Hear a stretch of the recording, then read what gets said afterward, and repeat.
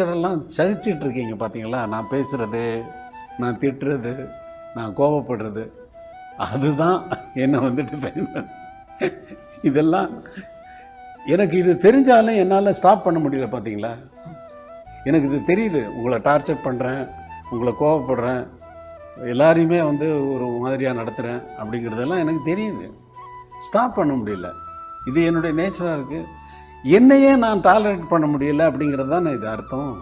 விமர்சனங்களில் வந்து எனக்கு நான் பண்ண தப்பை வந்து சுட்டி காட்டினாலும் அந்த தப்பை வந்து நம்ம திருத்த போகிறதில்ல, திருத்த முடியாது. நடந்தவை தான். திரும்பி போய் நம்ம வந்து செஞ்ச தவறுக்காக நம்ம வந்து இது பண்ண முடியுமா? செஞ்ச தவறை வந்து காலம் கடந்து வந்து போய் திருத்த முடியாது. அதனால் ஒரு ஆரம்ப காலத்தில் வேணும்னே தவறு சொல்லணும் என்பதை போல் பத்திரிகைகளில் வந்த விஷயங்கள்லாம் இருக்குது. அதனால் நான் பத்திரிகை படிக்கிறதே விட்டுட்டேன். ஏன்னா அதனால் டிஸ்டர்ப் ஆகிட்டு நான் வந்துட்டு இருந்தேன்.